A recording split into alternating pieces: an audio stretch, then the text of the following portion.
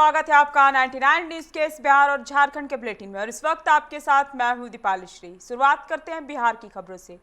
बिहार में कोरोना का संक्रमण रुक नहीं रहा है। वायरस से संक्रमित मरीजों की संख्या लगातार बढ़ती जा रही है। स्वास्थ्य विभाग की ओर से जारी अपडेट के अनुसार बिहार में 1727 नए कोरोना पॉजिटिव मिले हैं।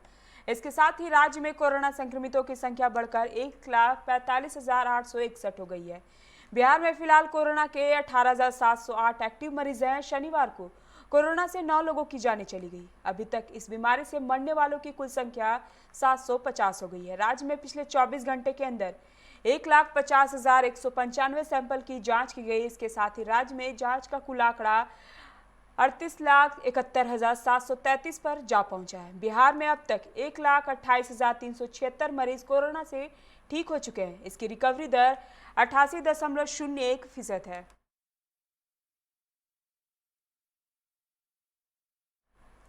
बिहार विधानसभा चुनाव को लेकर 7 सितंबर को आयोजित होने वाले मुख्यमंत्री नीतीश कुमार की वर्चुअल रैली को लेकर चल रही तैयारियां अंतिम चरण में है।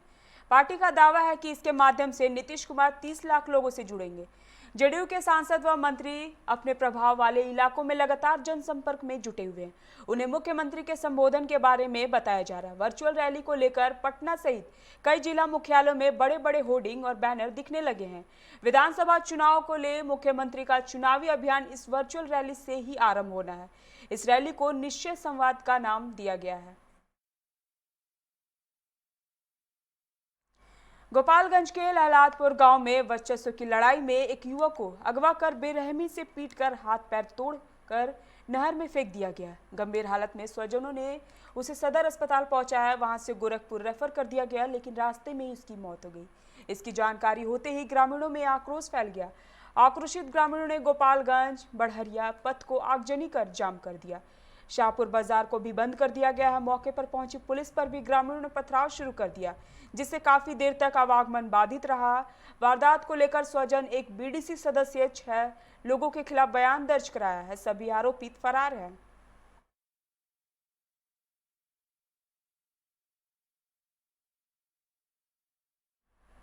नवगछिया पुलिस जिला के बेहपुर थाना क्षेत्र के दयालपुर बगरे के समीप शनिवार की देर रात स्टेट बैंक प्रबंधक अजंत कुमार चौधरी की गोली मारकर हत्या कर दी गई।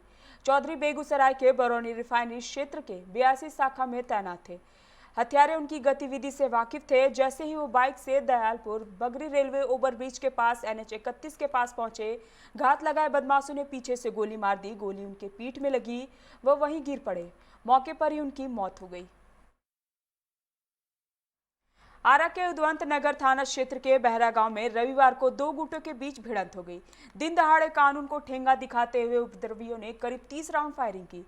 इससे पूरा इलाका थर्रा गया। अब तक किसी के हताहत होने की सूचना नहीं मिली है। पुलिस ने मौके पर पहुंचकर एक देसी कट्टा, 2 कारतूस व खोखा बरामद कर लिया है। पुलिस इस मामले में दोनों पक्षों के 3 लोगों को गिरफ्तार किया और पूछताछ जारी है। इस घटना को जमीन और गली विवाद से जोड़कर देखा जा रहा है। घटना से इलाके में दहशत का माहौल है। बिहार में भले ही शराबबंदी का कानून लागू हो, लेकिन शराब तस्कर किसी से नहीं डरते हैं। उन्हें कानून व पुलिस का भी डर नहीं है। ऐसा हम नहीं, घटनाएं कह रही हैं। ताजा मामला राजधानी पटना में शराब तस्करों द्वारा पुलिस पर हमले का है। शराब तस्करों व उनके गुर्गों ने छापेमारी करने गई पुलिस टीम पर हमला कर न केवल उन्हें बुरी तरह पीटा, बल्कि एक पुलिसकर्मी को गोली मारकर जख्मी भी कर दिया। पटना के जक्कनपुर थाना क्षेत्र के इस घटना का वीडियो रविवार को सोशल मीडिया में वायरल हो गया। एसएसपी उपेंद्र शर्मा के नेतृत्व में पुलिस घटना की जांच में जुट गई है। इस बीच आधा दर्जनों लोगों को गिरफ्तार कर लिया गया है।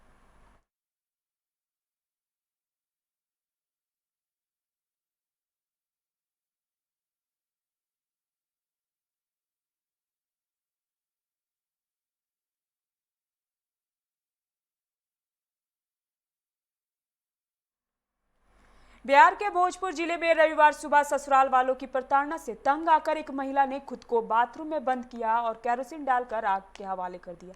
परिजन उसे सदर अस्पताल ले जा रहे थे, लेकिन रास्ते में ही उसने दम तोड़ दिया।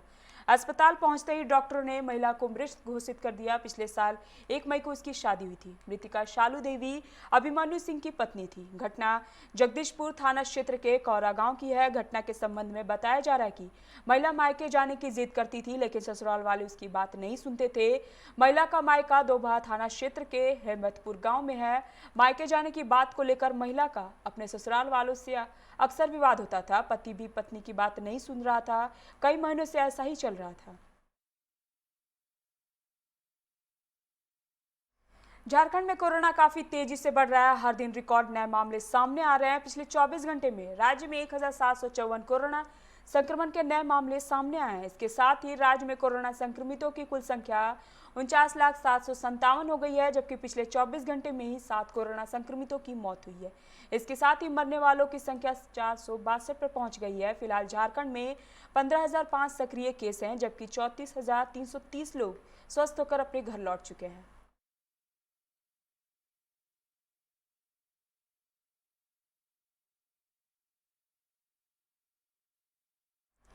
धनबाद में रेल अधिकारियों और कर्मियों को फिट रखने के उद्देश्य से फिट इंडिया फ्रीडम रन का आयोजन किया गया।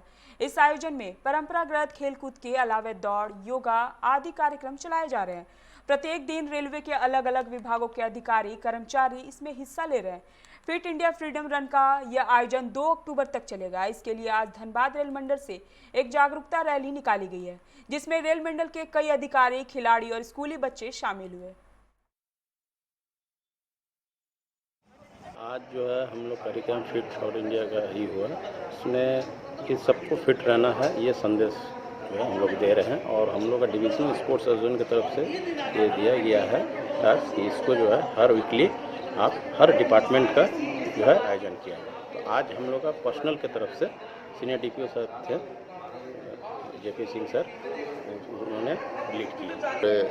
धनबाद डिवीजन के सीनियर डीपीओ साहब श्री जेपी सिंह सर मौजूद थे।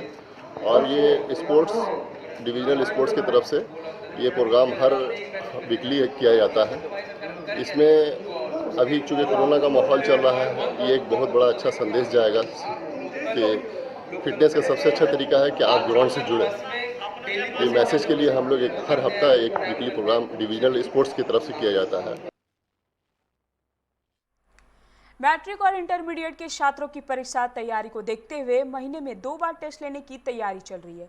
झारखंड शिक्षा परियोजना परिषद इसकी योजना तैयार कर रहा है। 40% पाठ्यक्रम में कटौती के बाद संशोधित पाठ्यक्रम जारी होने के बाद टेस्ट शुरू होगा।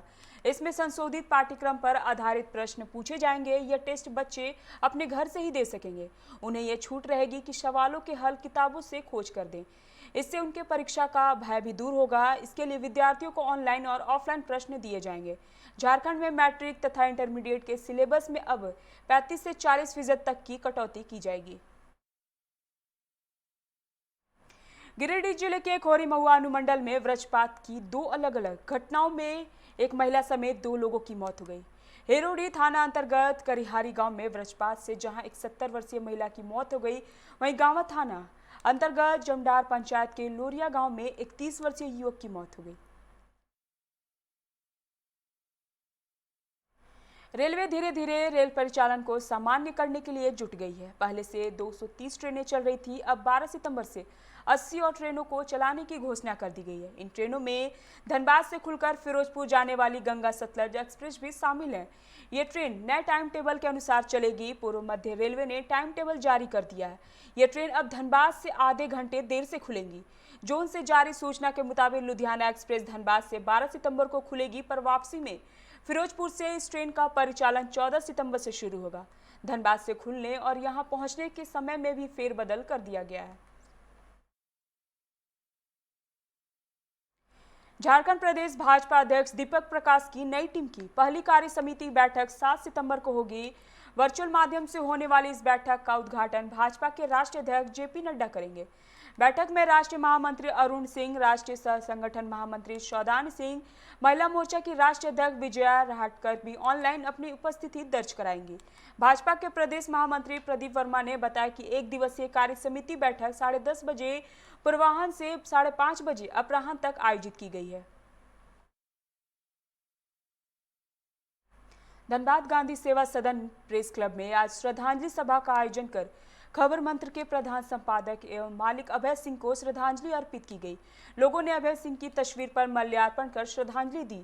प्रेस क्लब के सचिव पंकज कुमार ने कहा कि मीडिया जगत के लिए यह मार्मिक घड़ी है। धनबाद प्रेस क्लब के सभी सदस्य इस श्रद्धांजलि सभा में उपस्थित होकर दिव्यांगत आत्मा की शांति के लिए प्रार्थना करें।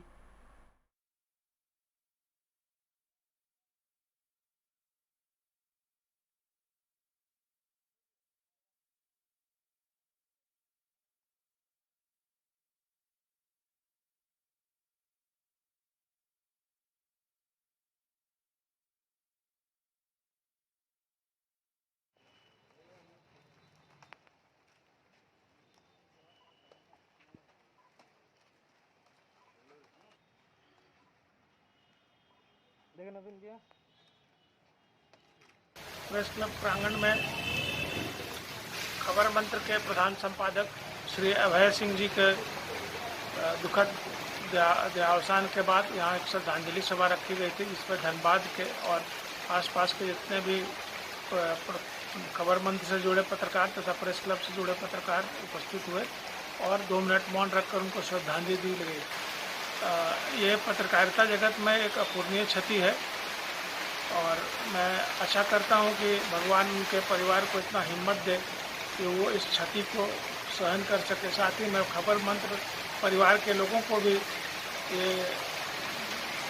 आशा करता हूं कि वो लोग इस क्षति को सहेंगे और उनके दिखाए मार्ग पर चल के पत्रकारिता का और प्रखर रूप से प्रतिस्थापित करेंगे।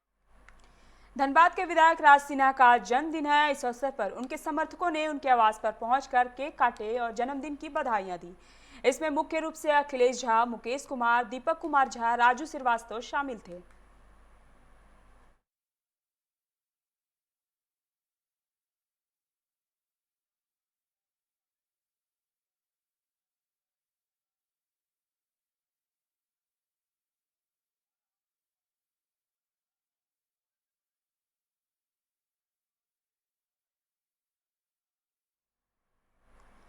अभी के लिए इतना ही। तमाम खबरों के लिए आप बने रहिए 99 न्यूज के साथ। नमस्कार।